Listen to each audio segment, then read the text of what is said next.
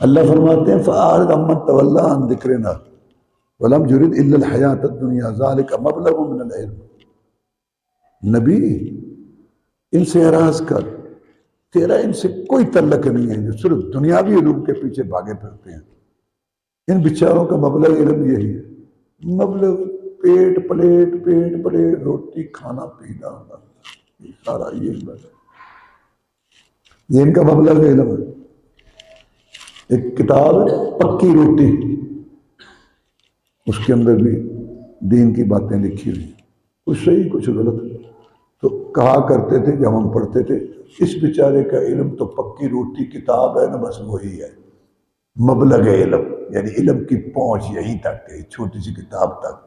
اللہ نے قرآن میں اپنے نبی کو فرمایا یہ جو دنیاوی علوم والے ہیں مبلغ علم، ان بیچاروں کا مبلغ علم دنیا، کھانا پینا، پیٹ پلیٹ، رہنا مکان، کپڑا، بس یہی ہے۔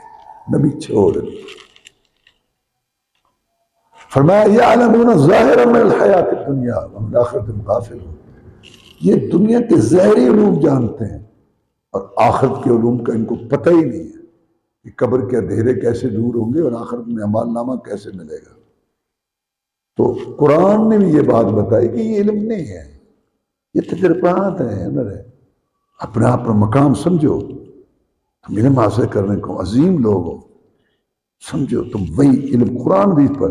لوگوں کا کیا، لوگ تو غلط چیز کو ترجیح دیتے ہیں۔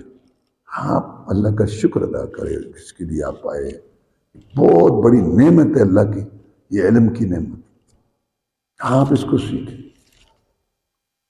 آپ اس کے لیے آئے۔ یہ نبیوں والا علم ہے، رسولوں والا علم ہے۔ الحسن اسلامک سینٹر